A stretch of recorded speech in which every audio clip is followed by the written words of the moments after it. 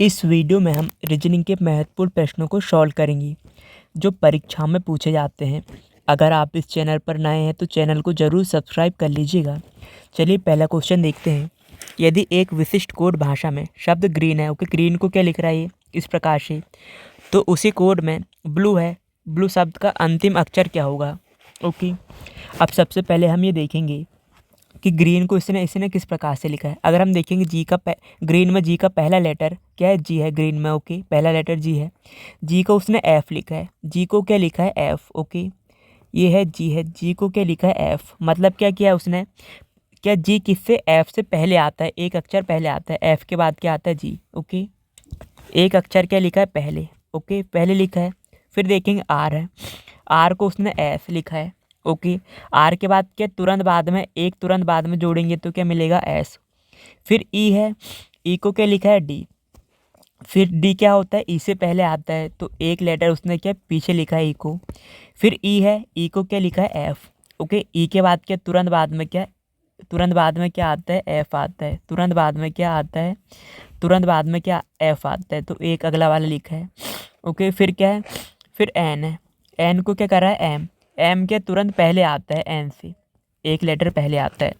तो इसका कॉन्सेप्ट आपको समझ में आ गया होगा। पहले वाले को क्या कर रहा है, एक पहले वाला लेटर लिख रहा है, फिर अगले वाले को अगला वाला, फिर तीसरे वाले को पहला कर रहा है, फिर चौथे वाले को अगला। मतलब एक एक करके पहले एक में क्या कर रहा है, पहला कर रहा है, मतलब पहले वाले को लिख रहा है, फिर दूसरे में क्या कर रहा है, एक अगला वाला लिख रहा है। इसी प्रकार हम यहाँ पे देखेंगे ब्लू में। ओके, पहले वाले लेटर को लिखेंगे। ओके, फिर एल है ना, इसमें क्या अगला लेटर लिखेंगे। फिर यू है, उसमें फिर एक पहला लिखेंगे, और ई है, फिर आखिरी में क्या करेंगे हम यहाँ पे एक के अगला वाला लिखेंगे। ओके, अब ई के बाद एक अगला वाला लेटर लिखेंगे हम, तो कौन सा मिलेगा हमको एफ। और जो हमको अंतिम अक्षर पूछा ना ब्लू का, तो क्या मिलेगा हमको एफ। आशा करता हूँ कि इसका कॉन्सेप्ट भी आपको समझ में आ गया होगा। चलिए अगला क्वेश्चन देखते हैं। इस क्वेश्चन पे आप देखें, इस क्वेश्चन में क्या बोला गया है, हमको बताना है लुप्त संख्या। ओके, लुप्त संख्या कहाँ, यहाँ पे दी है, यहाँ पे बताना है। मतलब क्या, इन दोनों को कुछ करके यहाँ पे लाना है। ओके, 6 और 24 को अगर हम यहाँ पे देखें, मतलब इन दोनों को भी कुछ करके यहाँ पे 14 आया बराबर में। अगर मैं थोड़ा सा ध्यान दूँ यहाँ पे, अगर क्वेश्चन में थोड़ा ध्यान दें, 7 है, 14 में क्या 7 से भाग दे दूँ, कितना मिलेगा मेरे को, 2 मिला। और 2 का स्क्वायर कर दूँ, मेरे को कितना मिल जाएगा, 4 मिल जाएगा। ओके, 2 का स्क्वायर 4। इसी प्रकार ये है, इसी प्रकार क्या कर दूँ मैं, 12 में 4 से भाग दे दूँ, कितना मिलेगा, 3 मिला। 3 का भी मैं स्क्वायर कर दूँ, कितना मिल जाएगा मेरे को, 9। यहाँ तक कोई दिक्कत नहीं है। इसी प्रकार से सबसे नीचे वाले में देखते हैं, 24 में 6 से हम भाग दे देंगे, कितने बार में जाएगा, 4 बार में। 4 का हम स्क्वायर कर देंगे तो यहाँ पे ब्लैंक में क्या मिल जाएगा, 16। ओके, 16 हमारा आंसर हो जाएगा। आशा करता हूँ कि ये भी आपको समझ में आ गया होगा। चलिए अगला क्वेश्चन देखते हैं। इस क्वेश्चन पे आप देखें, यहाँ पे क्या बोला गया है, नीचे एक ही पासा के 4 प्रारूप को दर्शाया गया है। इस पासा में एक के विपरीत फलक पर बिंदुओं की संख्या क्या होगी। मतलब एक के विपरीत फलक पर कौन सी संख्या होगी, ये पूछा गया है। ओके, जब कभी भी आपसे पासा के क्वेश्चन पूछे, सबसे पहले आपको देखना है एक कहाँ पर है। एक देखेंगे हम, यहाँ पे है, यहाँ पे है। ओके, सबसे पहले हम एक देखेंगे, ये है। एक की अन्य 2 फलक पर कौन सी संख्या है, 3 2। और देखेंगे 3 2 कहीं पे है क्या, यहाँ पे नहीं है, यहाँ पे नहीं है, यहाँ पे देखेंगे यहाँ पे है। 3 2 क्या कॉमन हो जाएगा। ये तो हमको पता है कि ये जो एक के सामने, मतलब कि अन्य 2 फलक वाले, इसके विपरीत नहीं हो सकते। ओके, 3 2, तो यहाँ पे क्या बचा, 6। एक का आंसर क्या हो जाएगा विपरीत में, 6। ओके, 3 2 कॉमन हो जाएगा, 6 इसका आंसर आ जाएगा। आशा करता हूँ कि ये भी आपको समझ में आ गया होगा। और चलिए अगला क्वेश्चन देखते हैं। इस क्वेश्चन पे आप देखें, यहाँ पे क्या है, 83 का संबंध इससे, तो इसका हमको बताना है। अगर हम थोड़ा सा ध्यान दें, 83 है, 83 का अंतर हम देखें, दोनों का अंतर देखें, मतलब अलग अलग संख्या कर लें, 8 और 3। इनका अंतर देखें कितना मिलेगा हमको, इनका अंतर मिलेगा 5। और इसी का में हम स्क्वायर कर दें तो कितना हो जाएगा, 25 हमको यहाँ पे मिला। ओके, इस क्वेश्चन पे देखिए, 29 में क्या है, 2 और क्या है, 9। इसका अंतर देखिए हम, कितना मिलेगा, 7 का अगर मैं स्क्वायर कर दूं तो कितना मिलेगा, 49। ओके, 49 का हमारा क्या आंसर आ जाएगा, यहाँ पे क्या होगा 49। आशा करता हूँ कि ये भी आपको समझ में आ गया होगा। चलिए अगला क्वेश्चन देखते हैं। इस क्वेश्चन पे आप देखें, यहाँ पे नीचे दी गई प्रश्न का सही वेन आरेख बताएं। जब कभी भी आपसे वेन डायग्राम के क्वेश्चन पूछे तो सबसे पहले यहाँ पे जो भी दिया गया है उसमें आपस में आपको संबंध देखना है, किस प्रकार से ये संबंधित हैं। हम देखेंगे देश है, राज्य, हमको पता है देश, राज्य, जिला किसको बोलते हैं। देखिए इन सभी में सबसे बड़ा कौन होता है, देश। देश के लिए मैं एक सर्कल बनाऊंगा, उसी के अंदर पे क्या आता है, उससे फिर छोटा क्या होता है, राज्य। ओके, और सबसे छोटा इन तीनों में क्या हो जाएगा, इन तीनों में क्या हो जाएगा, जिला। ओके, तो इस प्रकार से इसका वेन डायग्राम बनेगा। आशा करता हूँ कि ये भी आपको समझ में आ गया होगा। चलिए अगला क्वेश्चन देखते हैं। इस क्वेश्चन पे आप देखें, यहाँ पे क्या बोला गया है, यहाँ पे क्या बोला गया है, देखिए ये है इसका कोड, मतलब 924 को जेल लिख रहा है। ओके, और इसको इतना वाइट लिखा है, तो हमको बताना है इसके बराबर में हम क्या लिखेंगे। अगर हम इस क्वेश्चन में इस प्रकार ही क्वेश्चन आए तो आपको कुछ नहीं करना, आपको ये देखना है कि यहाँ पे जो भी शब्द यूज, मतलब जो भी संख्या यूज की गई है, ओके, यहाँ पे और यहाँ पे, ओके, यहाँ पे जो भी संख्या यूज की गई है क्या वो यहाँ पे भी है, ओके, क्या वो यहाँ पे भी क्या मौजूद है। ओके, अगर हम देखेंगे यहाँ पे 4 5 है, यहाँ पे देखेंगे यहाँ पे 4 है, यहाँ पे 5 है। ओके, 9 0 देखेंगे, यहाँ पे 9 है और ये 0, 8 देखेंगे तो 8 ही है। इस प्रकार हम कह सकते हैं कि जो यहाँ पे, ओके, इस वाले पे और इस वाले पे जो लेटर, मतलब कि जो संख्या मौजूद है, ओके, वो यहाँ पे भी मौजूद है। तो इस प्रकार से हम इसका कर लेंगे सीधा।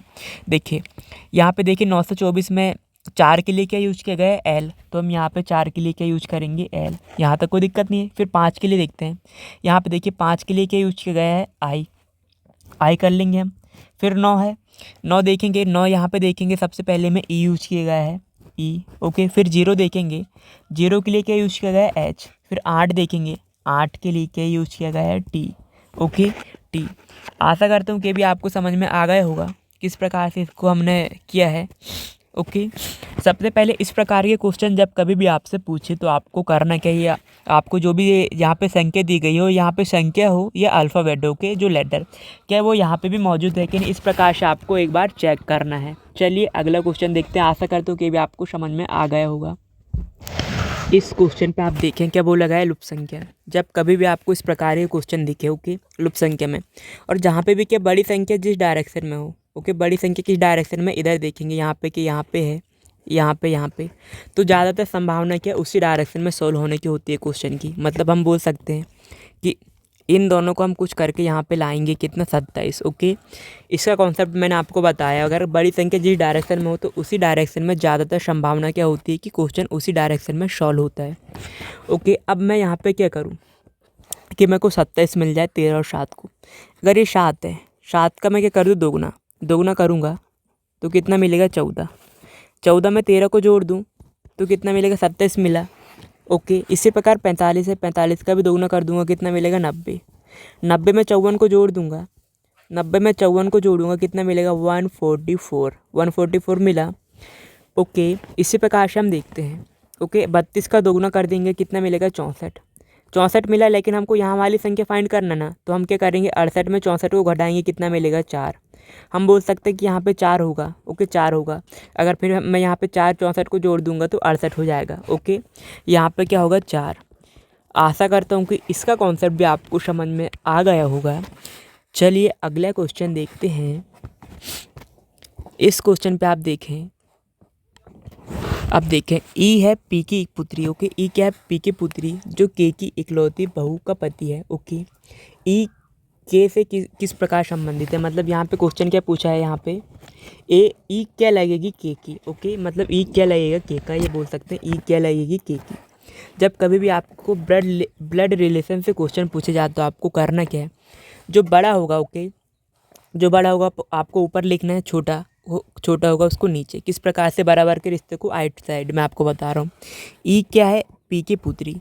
ओके, पी की पुत्री है ई, तो पी बड़े को ऊपर लिख दूंगा और ई को नीचे। पुत्री है तो इसको माइनस से कर दूंगा। ओके, जो फिर क्या बोल रहा है, पी की पुत्री है जो के की इकलौती बहू का पति है। के है के की इकलौती बहू।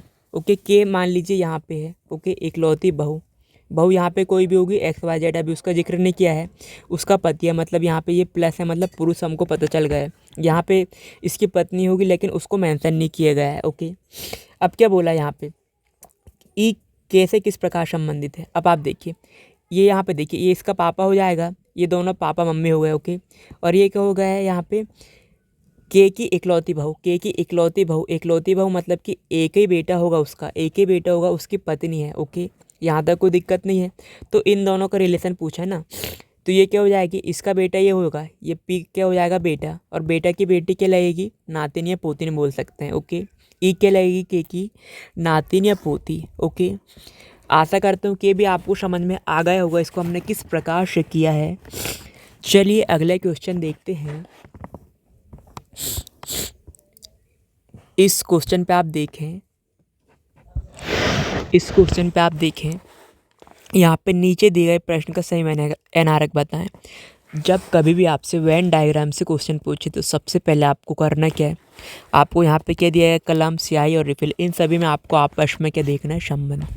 अगर मैं यहाँ पे संबंध देखूँ तो मेरे को यहाँ पे पता चलेगा क्या, देखिए यहाँ पे देखिए संबंध देखा मैंने, हमको पता है क्या, कलम, कलम सबसे, कलम के अंदर क्या लगती है, रिफिल। ओके, रिफिल में क्या भरी जाती है, स्याही। ओके, इसलिए इसका वेन डायग्राम इस प्रकार से बनेगा।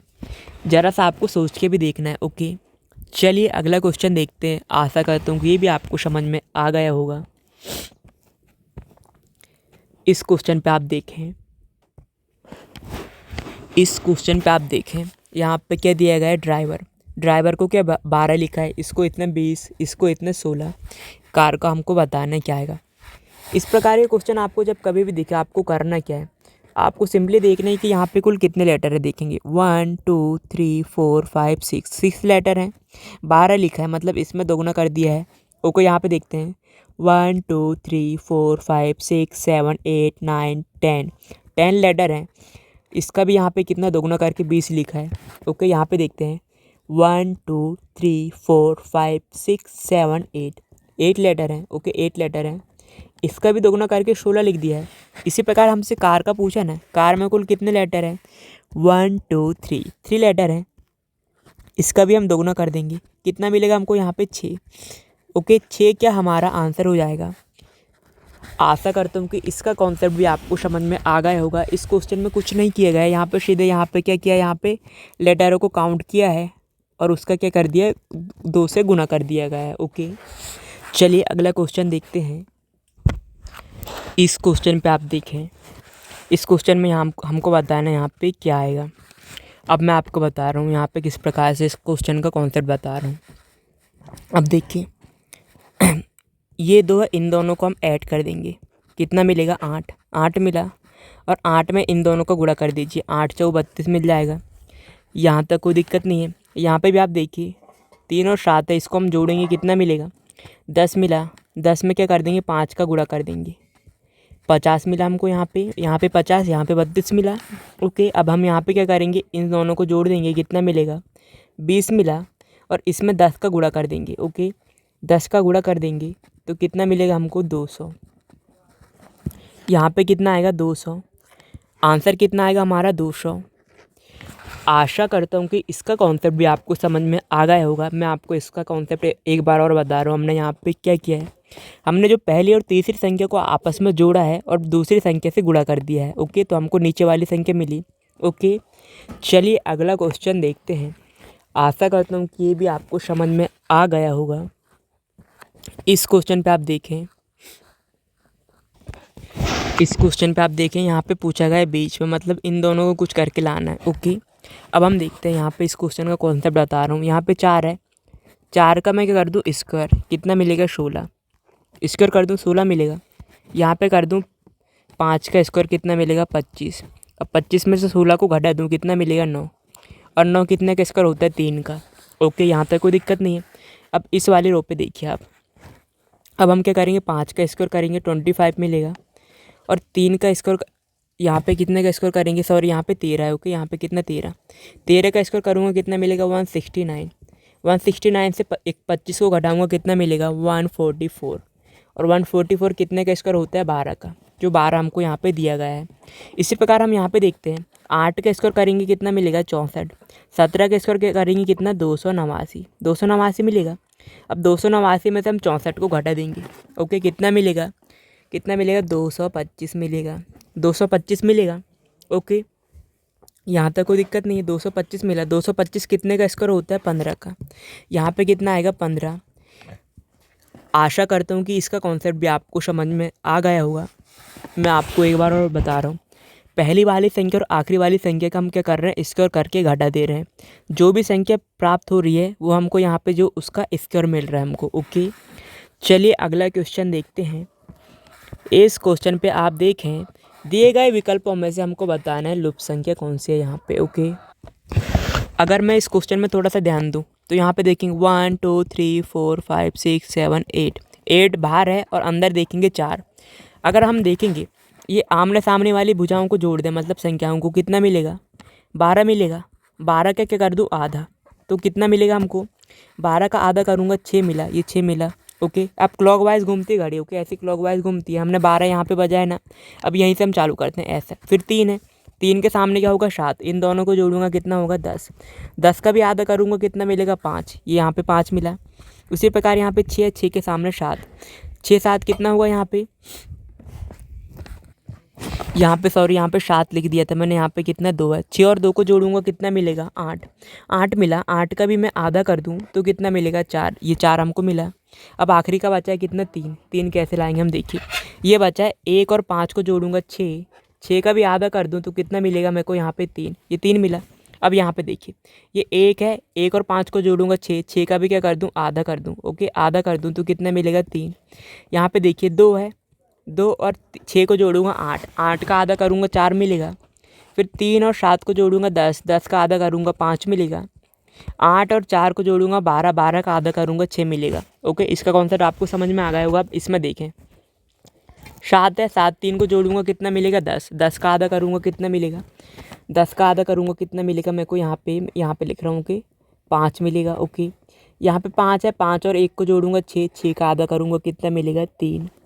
ओके, 4 है, 8 को जोड़ूंगा 8 4 12, 12 का आधा करूँगा 6, 2 है 6 है, इसको मैं जोड़ूंगा। ओके, 8 मिलेगा, 8 का आधा करूँगा 4, कितना मिलेगा हमको 53 64।